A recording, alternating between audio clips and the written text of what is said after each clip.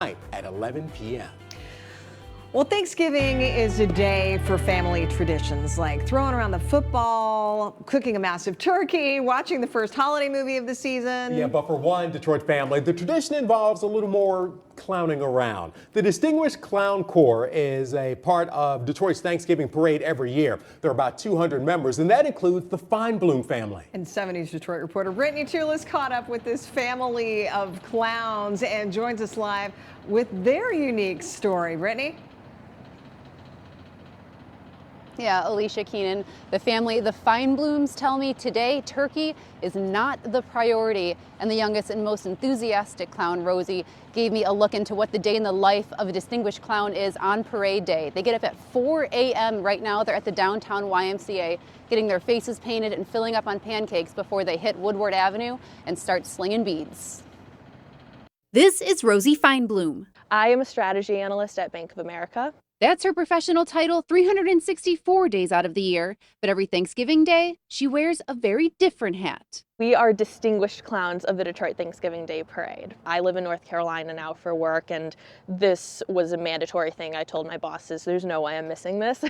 Rosie's distinguished clownhood started 6 years ago. I am the tennis clown. To put it in perspective of how important being a clown is, I wrote my college essay on being a clown. Her aunt, Jill Lieb, being the first to put on the paint and walk the 3-mile Thanksgiving Day parade route in 2011. And you're the gateway clown. I am. I came home afterwards, and Thanksgiving is my favorite holiday.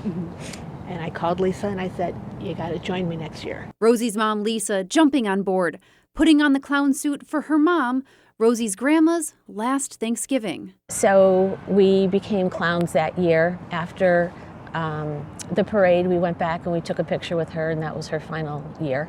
And the kids said, you know what, we want to be a part of the parade in memory of Nana going forward. And years later, Rosie, how many parades? Since 2012. Thank you, since 2012. they're still keeping that tradition.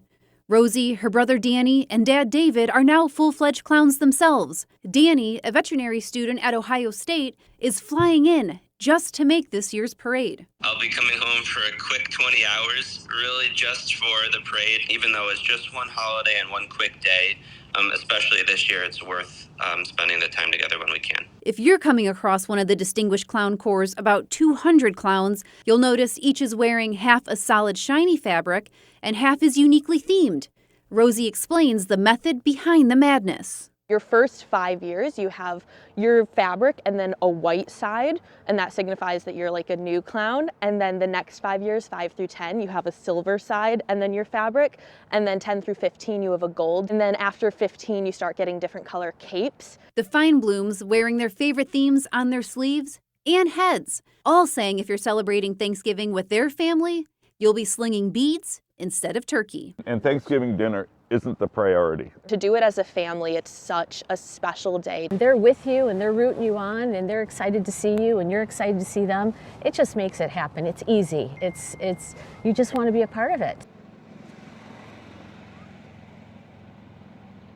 And the Feinblooms say they are out here no matter what the weather is, and just the excitement from the parade just warms them from the inside. And they also told me that unique themed fabric they have, no clown can ever wear that same fabric twice. Every 5 years they get to change it. Once that fabric is done for the 5 years, it goes into a book that is retired, and then that book has every single fabric that's been retired by every clown from the Distinguished Clown Corp for the last 30 years. So that book is something I cannot wait to see, and make sure to look out for the Feinblooms when you're walking down Woodward. A good way to spot them is that polar bear hat. Mr. Feinbloom sticks out like a sore thumb. But for now, live on Woodward, I'm Brittany Tulis for 7 News Detroit this morning. You know, I never knew about the tradition with the costumes. That was so fantastic. And So if much you see, meaning there. right, Neither with did the I. capes, they have been clowning for a long, long time.